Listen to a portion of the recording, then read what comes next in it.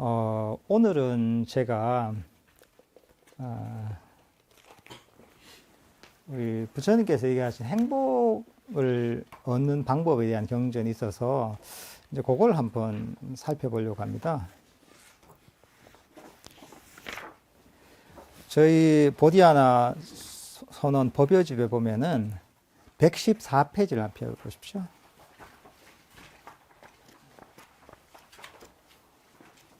디가자누경이죠.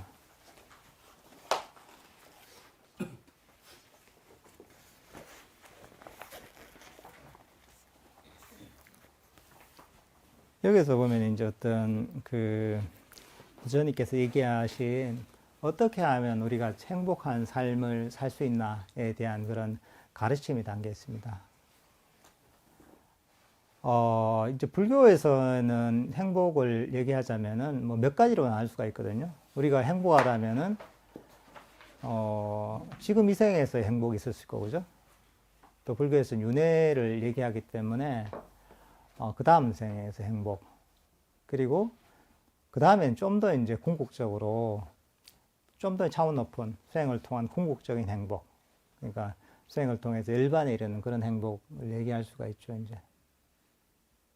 그러니까 이제 이런 우리가 지금 이 생에서 행복을 얻고 싶든, 안 그러면은 그 다음 생에 행복을 얻고 싶든, 또는 궁극적으로 완전한 어떤 열반, 깨달음에 이르러서 행복을 얻고 싶든지 간에 다들 그런 방법들이 있습니다. 이런 방법들에서 이제 여러 경전에서 다들 설명하셨는데요. 디가자누 경도 이제 그런 행복에 대한 가르침 중에 아주 좀 유명한 경전입니다, 이게.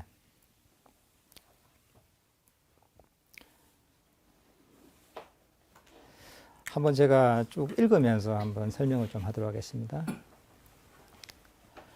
한때 세종께서는 꼴리아에서 까까라빠따라는 꼴리아의 성읍에 머무셨다. 그때 꼴리아의 아들 디가자누가 세종께 다가갔다. 가서는 세종께 절을 올리고 한곁에 앉았다. 한곁에 앉은 꼴리아의 아들 디가자누는 세종께 이렇게 말씀드렸다.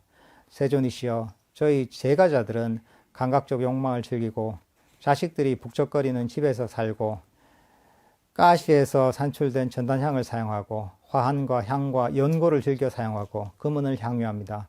세존이시여, 세종께서는 이러한 저희들에게 금생의 이익과 행복을 주고 내생의 이익과 행복을 주는 법을 설해주소서.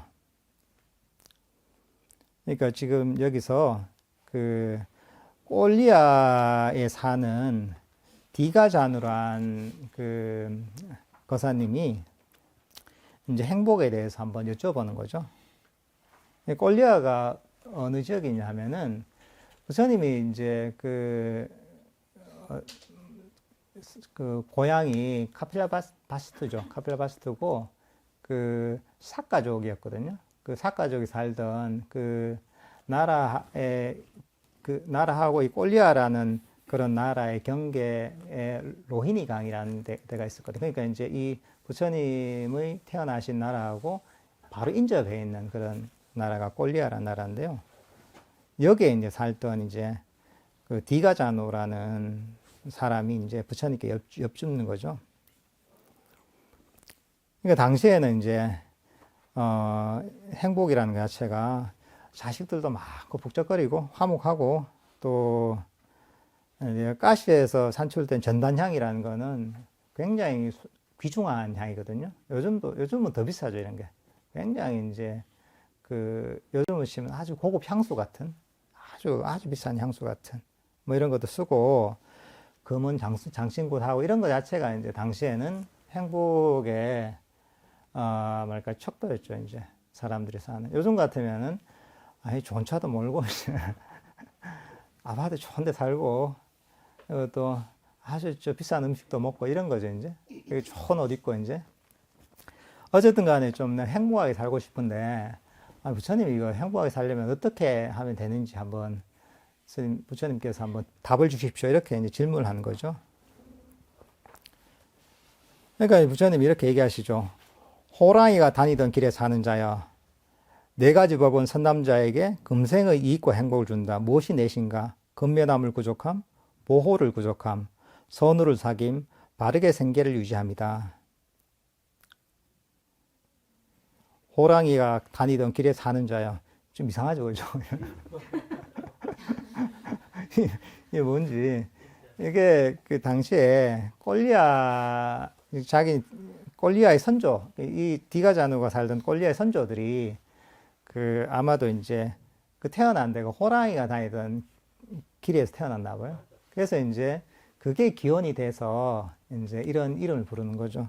근데 이제 그 여기 그 당시에서는 빨리를 얘기하자면은 외아까 빠짜라고 하거든요. 호랑이가 다니던 길에 사는 자야 하니까 뭐 외아까 빠짜야 뭐 이렇게 얘기를 했겠죠. 불렀겠죠, 이제.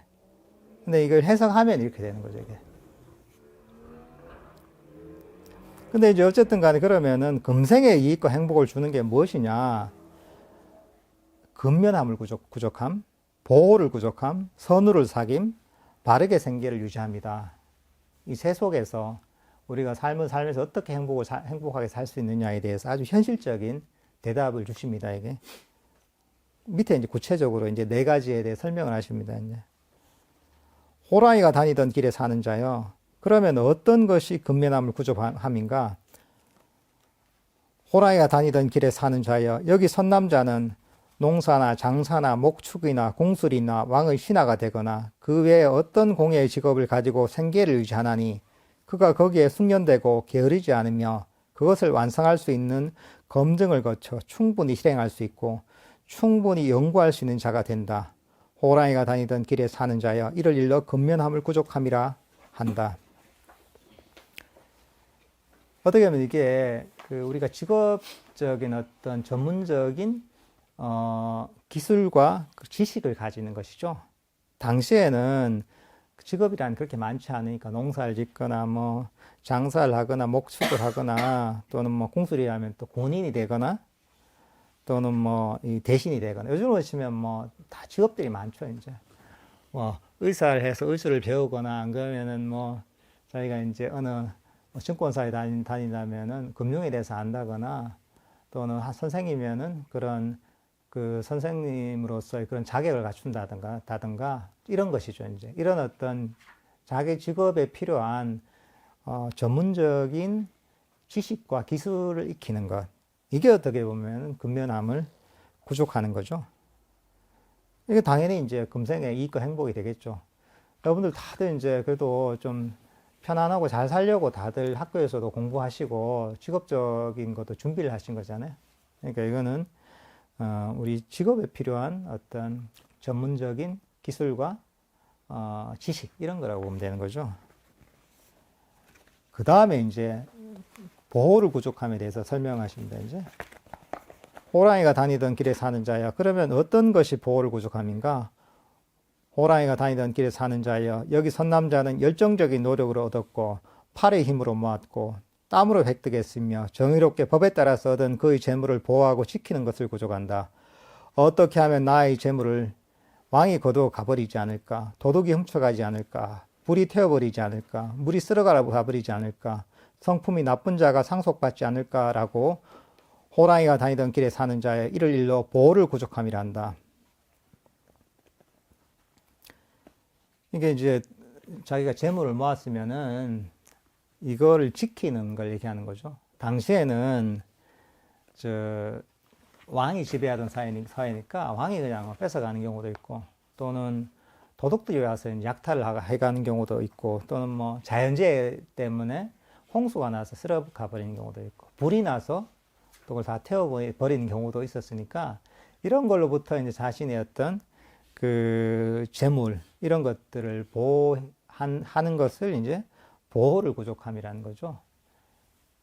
요즘 같으면 이제 돈을 잘 모아서 이제 잊어버리지 않게 뭐 금고에 넣는다거나 또는 예금을 해 놓는다거나 또는 본인이 이제 이 법적인 문제가 없도록 잘 이제 조치를 해놔서 이게 약간 이제 그 국가에 의해서 이게 뭐 몰수되지 않도록 이렇게 잘 관리하는 것. 어쨌든 간에 이렇게 이제 또는 이제 사기를 당하지 않는 것, 뭐 이런 것들이 있죠. 이런 것들이 이 보호를 부족함이라고 할 수 있는 거죠, 요즘에서는. 이제 여러분들 다 잘 아는 겁니다. 예. 이렇게 해야지 사실은 우리가 이제 평안하고 행복한 삶을 살 수 있는 거죠. 금생에. 그 다음 또 이제 우리 지금 이 생에 행복한 삶을 살기 위한 다음에 그 선우를 사귐에 대한 건데요. 선우라는 게 뭐냐 하면은 선자가 좋다는 뜻입니다. 좋은 벗, 좋은 친구, 좋은 지인들을 사귀는 걸 얘기하는 거죠. 한번 읽어보겠습니다. 호랑이가 다니던 길에 사는 자여. 그러면 어떤 것이 선우를 사귐인가? 호랑이가 다니던 길에 사는 자여. 여기 선남자가 어떤 마을이나 성읍에 산다.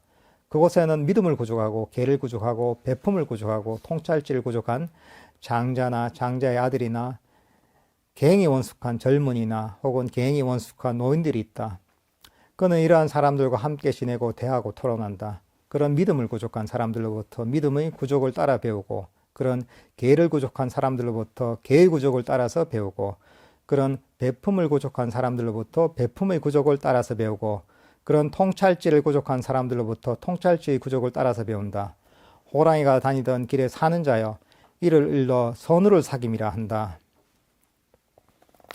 그러니까 좋은 자기 본인이 본받을 만한, 배울 만한 사람을 사귀는 걸 얘기하는 거죠. 이제 금목자학이라고 먹을 가까이 하면 검어진다 하잖아요, 이게. 그러니까 좋은 친구, 좋은 벗을 만나면 거기서 항상 배우는 게 있고, 좋지 않은 벗을 만나면은 거기에 물들어서 이제 또 안 좋은 쪽으로 빠진다는 거죠. 요즘 무슨 뭐 사회적으로 보면 무슨 뭐 버닝썬 뭐 이런 게 어디 보니까 있대요. 그런 문제가 터져가지고 이 나라가 발칵 뒤집혔는데, 어떻게 보면 그 사람들이 각자가 어떤 측면에서 보면은 좋은 벗을 못 사겠어 그런 것도 있죠. 본인이 이제 엇나가려고 하면은 좋은 벗이 있다면 그 벗이 이제 충고도 해주고 잘 이끌어줘서, 그래서 엇나가지 않도록 해주는 벗이 있다면은 그러니까 이제 훨씬 본인이 이제 그런 문제에 빠지지 않고 삶을 평화롭게 행복하게 살아갈 수가 있는데, 그 주위의 사람들이 이제 나는 이제 별 생각이 없는데 주위의 사람들이 자꾸 바람을 넣는다거나 안 좋은 쪽으로 이끌어 가다 보면은 이제 거기에 영향을 받아서 이제 본인도 자기도 모르게 그쪽으로 안 좋은 쪽으로 빠지기가 쉬운 거죠. 그러니까 이제 이 좋은 벗을 만나는 것이 굉장히 중요하고, 정말 인생에 있어서 좋은 벗들은 정말 인생에서 절반 이상이라고 할 수가 있죠. 그래서 부처님도 그런 얘기를 하시거든요. 우리는 여기 명상을 수행을 하니까 좋은 도반이 수행의 전부다라고까지 표현을 하세요. 그러니까 이제 그 정도로 이제 좋은 벗임을 만나게 되면 거기서 항상 좋은 영향을 받으면서 이제 본인이 바른 길에서 벗어나지 않을 수가 있는 거죠. 근데 여기서 이제 좋은 벗이라고 표현할 때는 세 가지로 표현하거든요. 믿음을 구족하고, 계를 구족하고, 베품을 구족한. 그러니까 이제 여기서 믿음이라는 것은 뭐냐면은 불법성 삼보에 대한 믿음인 거죠. 그러니까 부처님에 대한 믿음, 부처님의 가르침에 대한 믿음, 또는 부처님의 제자들에 대한 믿음, 이런 믿음이 있고, 계를 구족한다 이런 것들은 덕행의 측면이야. 덕이 있는 사람 있잖아요. 도덕적이고 덕이 있는 사람. 그런 어떤 덕을 구족한. 뭐 좀 더 구체적으로 얘기하자면은, 우리 불교에서는 제가의 5개가 있죠. 5가지 지켜야 될 계율이 있죠. 그러니까 이제 살도원망주, 어떤 의도적으로 살생을 하지 않는 것, 그리고 남의 것을 훔치거나 훔치려는 마음을 내지 않는 것, 또는 아주 삿된 잘못된 어떤 그 남녀 관계를 하지 않는 것. 네 번째는 이제 어떤 의도적으로 나쁜 의도를 가지고 거짓말하는 것. 다섯 번째 이제 술이나 중독성 약물을 마셔서 스스로 문제의 소지를 만드는 것. 이 5가지를 이제 제자들한테 금하고 하지 않는 것이 좋다.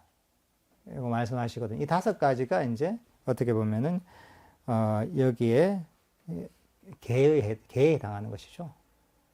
근데 이게 조금 더 이제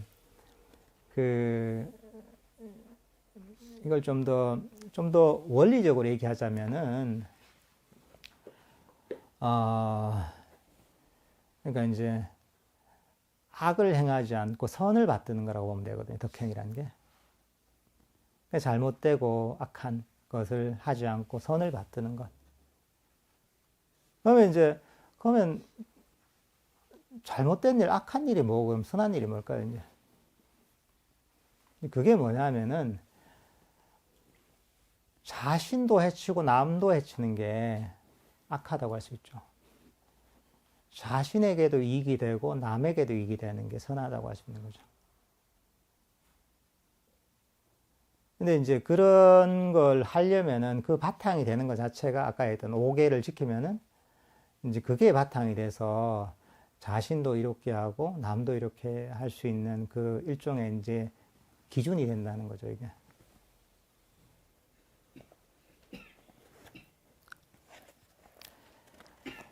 그 다음에 이제,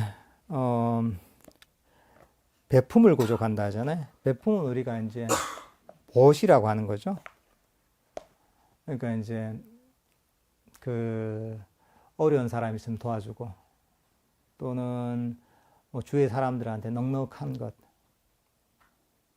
이게 물질적으로 베푸는 것도 보시고 또는 마음으로 베푸는 것도 보시거든요. 물질적으로 사람들을 도와주는 것.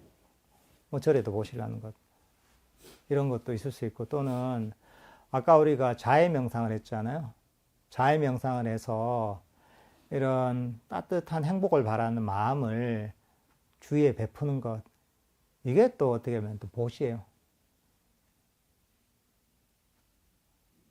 그리고 또 어떻게 보면은 아까 5개라고 했잖아요. 5개. 5가지. 살도원망조 했잖아요. 이런 5개를 지키는 것도 부처님께서 아주 큰 못이라고 그래요.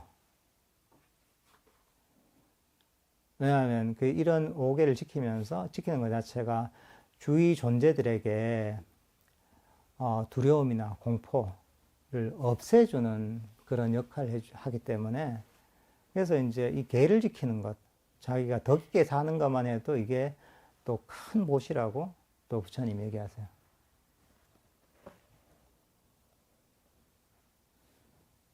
그 다음에 이제 또 이런 선우의 어떤 요건 중에 하나가 통찰지를 구족하는 것. 그 지혜가 있는 것이죠. 그러니까 법에 대한 이해가 있는 것이죠. 우리가 이제 사성제에 대한 이해랄까, 4가지 성스러운 진리에 대한 이해랄까, 또는 영리에 대한 이해랄까. 이런 어떤 이해가 있는 사람을 통찰지를 구족한 사람이라고 하는데, 어쨌든 간에 이런 믿음과 계행과 베품과 통찰지를 구족한 이런 사람들을 가까이 하면은 이게 또 본인이 행복하게 할 수 있는 원인이 된다. 이렇게 얘기를 하시는 거죠. 그 다음에 이제 4번째 금생의 이익과 행복을 주는 요소는 바르게 생계를 유지합니다. 부분이 이제 7번째 나와 있는데요.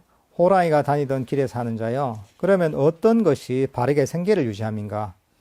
호랑이가 다니던 길에 사는 자여, 여기 선남자는 재물의 수입과 지출을 알고 지나치게 풍족하지도 않고 지나치게 궁핍하지도 않게 바르게 생계를 유지한다. 이와 같이 내 수입은 지출을 제하고도 남을 것이고 지출이 수입을 능가하지 않을 것이다 라고 생각하면서 호랑이가 다니던 길에 사는 자여, 예를 들면 저울로 무게를 재는 사람이나 그의 도제가 저울을 잡으면 이만큼이 내려갔거나 혹은 이만큼이 올라갔다고 아는 것과 같다. 그와 같이 선남자는 재물의 수입과 지출을 알고 지나치게 풍족하지도 않고 지나치게 궁핍하지도 않게 바르게 생계를 유지한다. 이와 같이 내 수입은 지출을 제하고도 남을 것이고 지출이 수입을 능가하지 않을 것이라고 생각하면서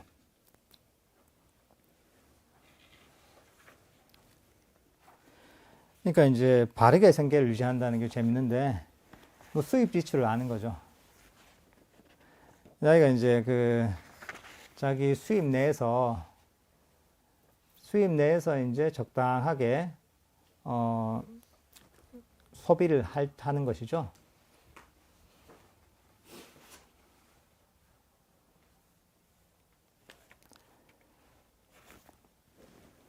그러니까 이제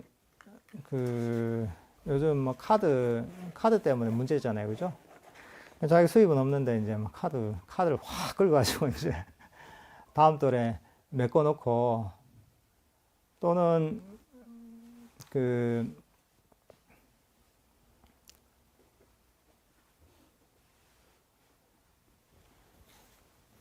내가 이제 뭐 지나친 경우에는, 어떤 경우에는 이제 그걸 다 못 갚아서 신용불량자가 되기도 하잖아요, 이게. 이게 요즘 문제뿐만 아니라 이제 부처님 당시에도 그랬던 것 같아요. 이런 어떤 너무 방탕하게 자기 수입이 안 맞게 쓰는 사람들이 있어서 부처님께 또 이런 가르침을 주시는 것 같아요, 이제. 그러니까 이제 자기의 수입에 맞춰서 이렇게 이제 쓰면서 생활하는 것. 이런 것들이 또 이제 금생에 행복하게 사는 하나의 방법이라는 거죠. 그 다음에 이제 나오는 게 재물이 생겼을 때 네 가지 파멸의 통로가 있다. 네 가지 파멸의 통로는 여자에 빠지고, 술에 빠지고, 노름에 빠지고, 나쁜 친구와 나쁜 동료와 나쁜 벗을 사귀는 것이다.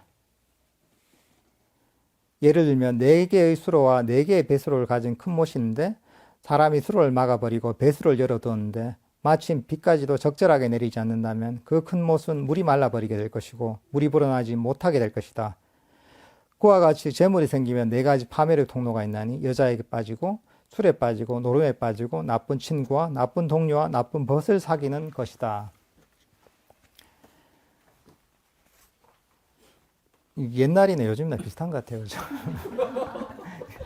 이게 2500년 전 얘기인데 잘 아시겠죠, 그죠?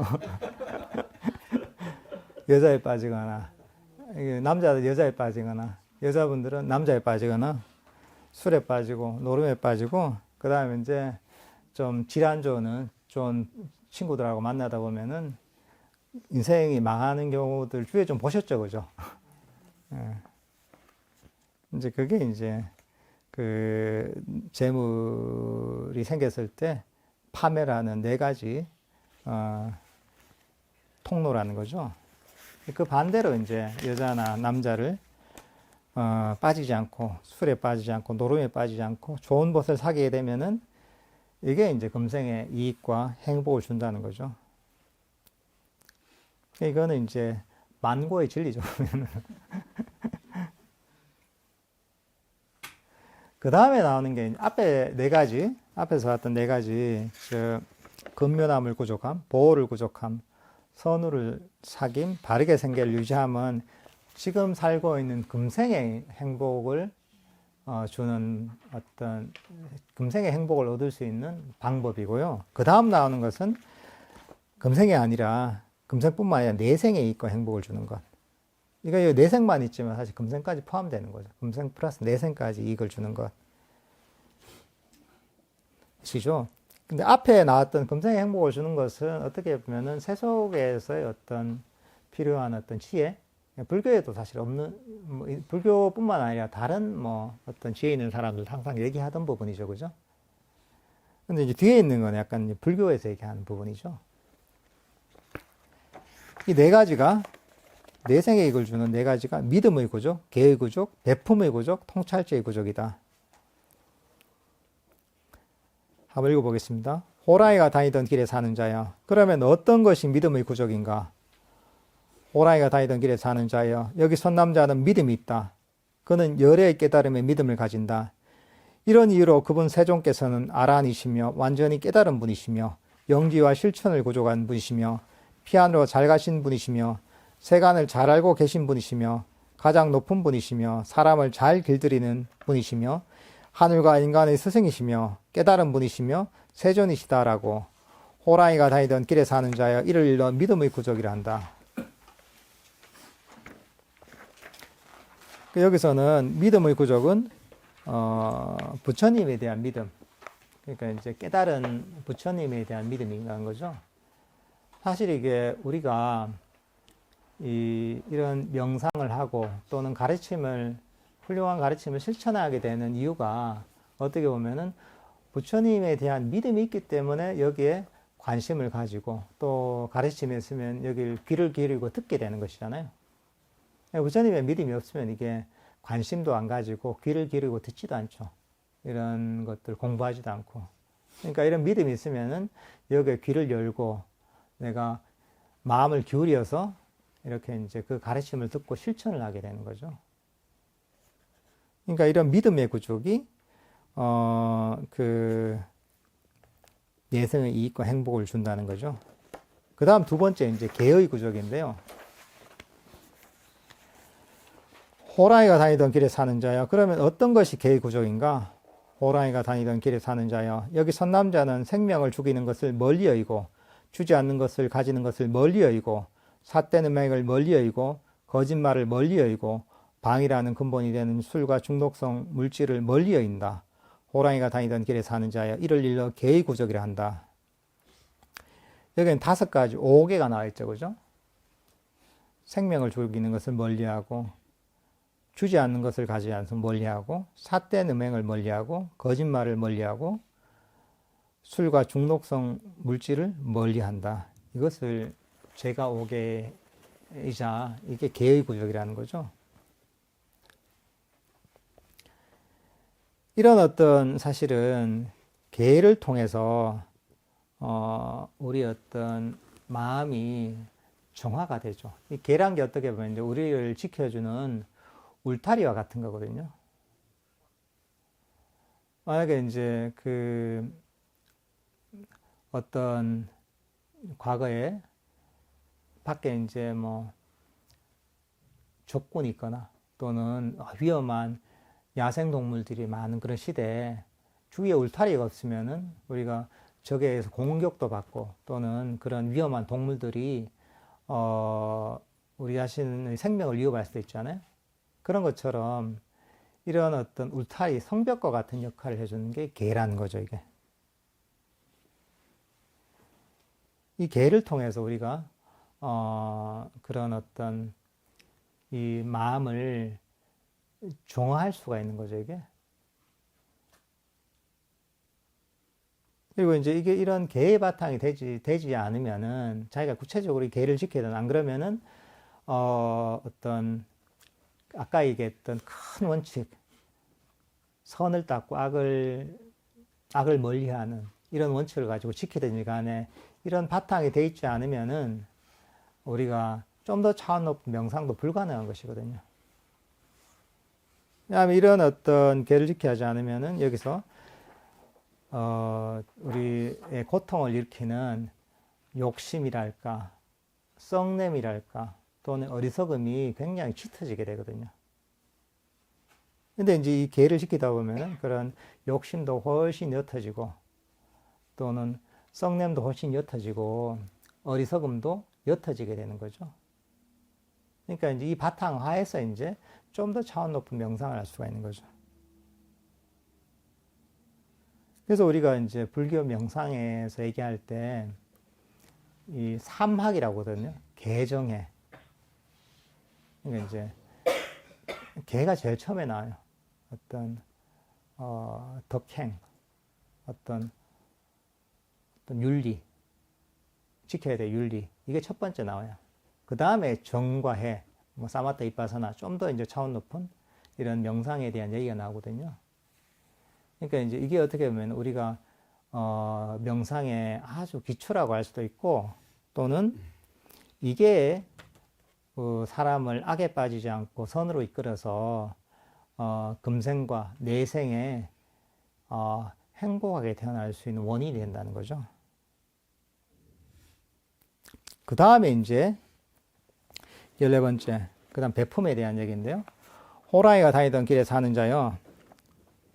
그러면 어떤 것이 배품의 구조인가? 호랑이가 다니던 길에 사는 자. 여기 선남자는 인색함의 때가 없는 마음으로 제가에 살고 아낌없이 보시하고 손은 깨끗하고 주는 것을 좋아하고 다른 사람의 요구에 반드시 부응하고 보시하고 나누어 가지는 것을 좋아한다.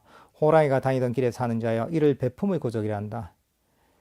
이게 보시라는 거죠, 이제. 남한테 베푸는 거. 물질적으로 베푸는 것일 수도 있고, 또는 내가 몸으로서 사람을 도와줄 수 있는 것도. 뭐, 예를 들면, 뭐, 누가 그 버스를 탔는데, 뭐, 노인에게 내 자리를 양보하는 이것도 보신 거고, 또 누가 무거운 짐을 들고 왔는데, 그걸 좀 들어주는 것도 보시고. 여기서 누가 이제 마산에서 왔는데, 이 법회 올 때 차를 태워주는 것도 이제 그런 큰 보시고, 이런 선언이 있다면, 뭐, 청소를 하는 것도 이제 몸으로 하는 보시고, 아까도 얘기했다시피, 마음으로 이렇게 이제 행복을 바래주는 이런 마음도 사실 보신 거죠. 근데 이 보시가 어떻게 보면은 또 내 생에 행복한 삶을 사는 바탕이 된다는 거죠. 그래서 사실 이제 부처님께서 처음에 이제 법을 설하실 때는 주로 제가자들한테 많이 하셨던 법문이 뭐냐면은, 보시지계에 대한 법문을 많이 했어요. 보시지계. 그 대부분을 차지해요. 보시하고, 아까 얘기했던 그런 보시를 하고, 남한테 베푸는 것. 지계. 어떤 덕행을 쌓고 도덕적인 삶을 사는 것. 이 두 가지를 닦아야지, 금생에도 행복하고, 또 내생에도 행복하다. 이렇게 얘기하시거든요. 근데 이제, 그게 이제 금생에 행복하다면은, 금생에 태어나도 뭐 아주, 내생이죠. 금생에도 훨씬 마음이 편안하고, 내생에도, 이런 보시와 지계를 열심히 닦다 보면은, 아주 행복한 어떤 상태로 태어나게 된다는 거죠. 그 부처님 당시에는 이제 뭐, 그런 사회적인 그 계급이 요즘하고 달라가지고, 그래도 가장 사회적으로 그 대우를 받는 계급이 뭐, 크샤트리아, 이제 귀족, 왕족 계급이 있고, 그 다음에 이제 바라문, 종교 지도자, 종교인의 계급이 굉장히 높았죠, 이제. 그 다음에 이제 또 당시에 이제, 장자, 거부들, 돈 많은 상인들도 굉장히 이제 대우를 받는 그런 계급이었는데, 당시에는 그렇게 표현을 하시죠. 이런 어떤 아주 고귀한 크샤트리아나 또는 바라문이나 또는 그 여유 있는 장자로서 태어나서 아주 평안한 삶을 누리게 된다. 이런 보시지계를 잘하면은, 또는 보시지계를 통해서 이걸 좀 더 이제 더 닦으면, 제대로 닦으면은, 인간으로서의 어떤 행복한 삶을 얻는 걸 넘어서 사실 이게 우리가 인간의 어떤 그 존재만 있는 게 아니라 부처님 육도를 얘기하잖아요. 그 중에서 뭐 지옥, 축생, 아기가 좀 괴로운 어떤 존재의 세계고, 그 다음에 인간, 그 다음으로 높은 존재가 이제 어떤 그 일종의 천상 같은 그런 세계가, 천상의 세계가 있거든요. 그 중에서도, 이제 인간 바로 위에가 이제 욕망은 있지만 그럼에도 불구하고 인간과는 다른 어떤 굉장히 행복을 누리는 세계가 이제 6개의 천상이 있어요. 6개의 천상.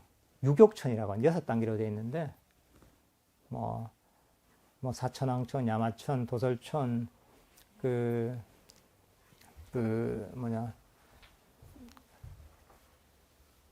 화락천, 타화자유천 이렇게 해서 6단계가 있는데, 그 6 어떤 세계에 태어나게 된다는 거죠. 그러니까 인간과는 비교할 수 없는 행복과 수명을 누리는 그런 어떤 존재로 태어날 수 있다는 거죠. 이 보시지계를 통해서.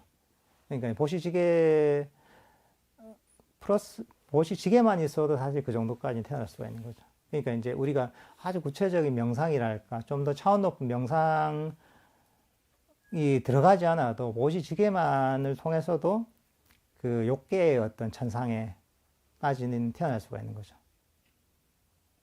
근데 이제 6개 천상에 태어나는 그런 어떤 삶을 받으려면은 두 가지가 겸비가 돼야 돼요. 보시와 지계가. 보시만 많이 한다고 해서 이건 안 돼요. 보시를 하는 거 플러스 이제 지계가 바탕이 돼야지 6개 천상 정도까지 태어날 수 있다고 부처님께서 얘기를 하시죠. 그 다음에 나오는 게 이제 좀 더 차원 높은 명상에 대한 수행에 대한 얘기거든요. 호랑이가 다니던 길에 사는 자여. 그러면 어떤 것이 통찰지의 구족인가? 호랑이가 다니던 길에 사는 자여. 여기 선남자는 통찰지를 가졌다. 그는 일어나고 사라짐을 꿰뚫고 성스럽고 통찰력이 있고 바르게 괴로움의 소멸로 인도하는 통찰지를 구족하였다. 호랑이가 다니던 길에 사는 자여. 이를 일러 통찰지의 구족이라 한다. 호랑이가 다니던 길에 사는 자여. 이러한 네 가지 법은 선남자에게 내생의 이익과 행복을 준다. 여기는 이제 그 괴로움의 소멸로 인도하는 통찰지를 구족하는 걸 얘기하는 거죠. 이건 아까 얘기했던 어떤 법에 대한 안목, 지혜의 측면이죠. 우리가 사성제에 대한 이해 또는 팔정도에 대한 이해, 연기에 대한 이해 이런 것들을 구족하게 됐을 때 그런 지혜를 통해서 내생에도 행보하고 이거는 이런 걸 통해서 사실은 깨달음까지 사실 이룰 수 있는 거죠.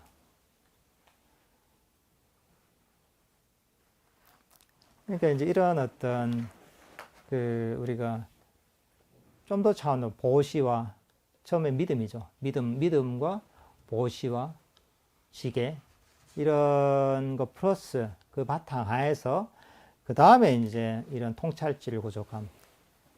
불교적인 좀 더 차원 높은 명상을 하게 되면은 이걸 통해서 이제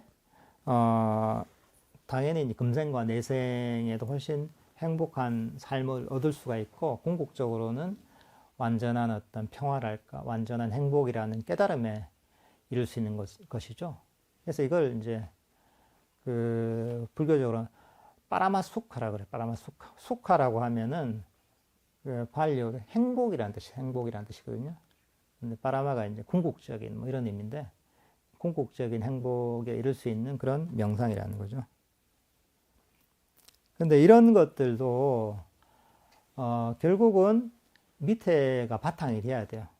우리가 일상을 살면서 살기 위해서는 어떤 세속일에 대한 기술과 지식이 있어야 되고, 또, 그 다음에 우리가 이제 행복한 삶을 살기 위해서는, 보시를 구족해야 되고, 그리고 계를 구족해야 되고, 그리고 이제, 그 다음에 이제 사실은 이제 어떤 명상을 통해, 그 다음에 이 바탕 하에서 명상을 해야지, 그래야지 이제 우리가 인간과 천상의 차원을 넘어서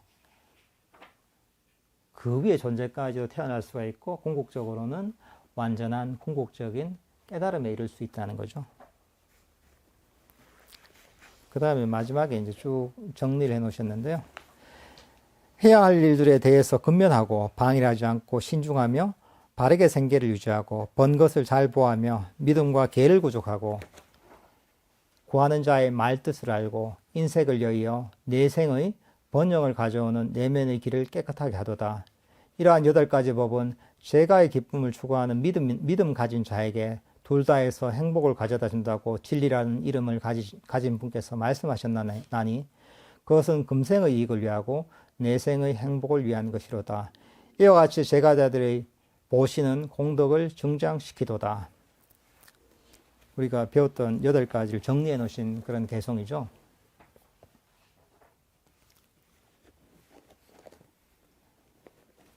그러니까 이제 부처님께서는 이렇게 금생의 행복과 내생의 행복, 그리고 이제 여기는 나와 있진 않지만은 궁극적인 행복에 이르는 길들을 다 이제 구체적으로 제시를 해 놓은 거죠.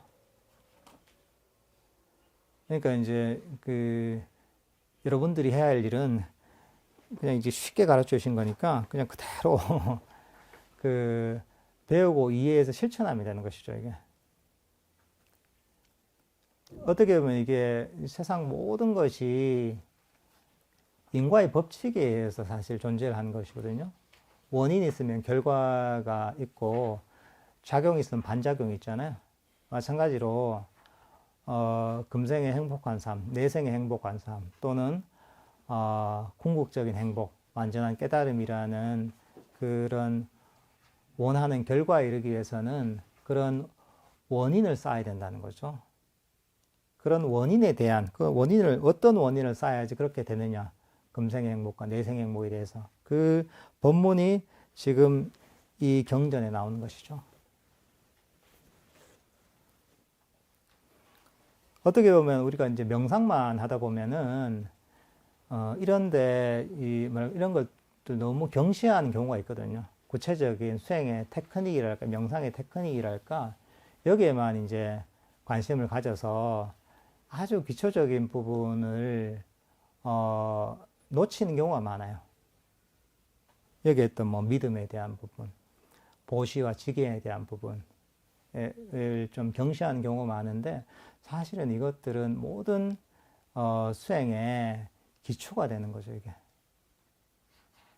지금 이 건물이 한 6층까지 있지만은, 이게 그냥 땅 위에서 바로 이제 세워서 되는 건 아니잖아요. 땅을 깊이 파서, 기초를 깊이, 이제 여기에 6층을 버틸 만큼 기초를 깊이 파야 된단 말이죠. 그리고 이제 기초를 탄탄하게 해야지 이게 건물이 버티고 있는 거거든요. 저기 보면 저 103층이가 104층짜리 LCT 같은 경우에는 그게 버티려면은 지하로 엄청나게 이제 내려가서 기초를 해야 된단 말이죠. 그러니까 우리 또 이 명상도 정말 높이 올라가려면은 그만큼 기초가 깊어야 되는 거죠. 그 기초에 해당하는 부분이 사실은 오늘 다뤘던 이 경전에 나오는 것이죠. 그러니까 이제 우리가 이제 학교 공부할 때도 그렇잖아요. 기초가 제일 중요하잖아요. 그죠? 기초가 제일 중요하잖아요. 근데 보통 이제 기초가 제일 중요하다는 거는 말로는 들었는데 실천하는 사람 굉장히 드물거든요. 특히나 뭐 학교에서 뭐 수학이나 이런 것들은 더군다나 기초가 더 중요하죠, 이제. 뭐 다른 과목도 마찬가지겠지만. 근데 진짜 이제 그걸 알고서 제대로 기초를 쌓아서 실력을 키운 사람은 결국은 장기전으로 가면은 훨씬 그런 자기 그런 공부하는 분야에서 훨씬 두각을 나타내게 되고 있고, 결국은 그 사람이 훨씬 더 높은 경지에 이르게 되는 거죠. 이 불교 수행도 마찬가지로 이런 어떤 불교 명상의 기초를 아주 탄탄하고 깊게 쌓아야지 우리가 명상을 해서도 훨씬 더 이제 높이 저희가 명상이 이제 이륙을 할 수가 있거든요. 그러니까 이런 부분들을 한번 대세계에서 여러분들도 이제 그 명상이 저 100층, 200층까지 올라갈 수 있는 이런 기초를 쌓으실 수 있는 그런 수행자리 되셨으면 합니다. 네. 네. 뭐 질문 같은 거 있습니까? 잠깐 뭐 질문 있으면 하나. 질문 하나만 하겠습니다. 예. 아까 그냥 간단하게 기초 얘기하셨는데, 예. 저희가 이제 현상의 물질을 보면 예. 근무를 보자면 기초가 중요하지만 예. 그 기초를 하기 위해서 설계를 해야 되잖아요. 그렇죠. 예. 그럼 이 설계를 보는 법을 좀 제대로 알아야 그렇죠. 기초도 할 수 있는데, 예. 그 설계에 대한 부분은 어떻게 해야 하면 잘할 수 있겠습니까? 그 설계가 어떻게 보면 법에 대한 이해죠.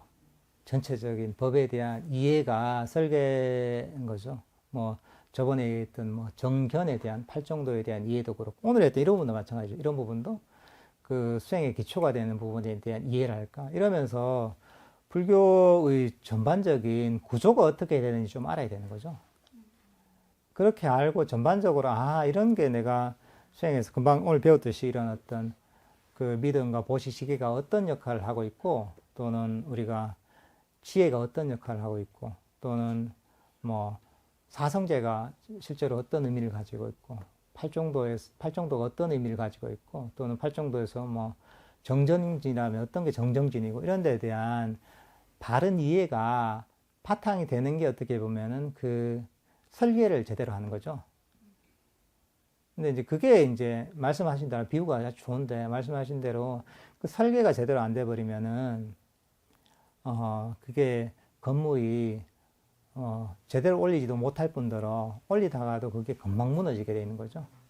그러니까 이제 이런 결국은 이제 한마디로 얘기하면 바른 견해인데 바른 견해를 확립하기 위해서 사실은 되게 노력을 많이 해야 되죠. 그냥 달리는 게 아니라 우리가 그 지도를 보고서 정확하게 그 가야 할 내가 경로를 알고서 열심히 뛰어야 되는 거죠. 근데 만약에 그 경로를 모르고 뛰어서는 그게 소용이 없는 거죠. 예. 그런 어떤 수행에 설계도를 아는 그런 정견을 세우는 게 참 중요합니다. 예.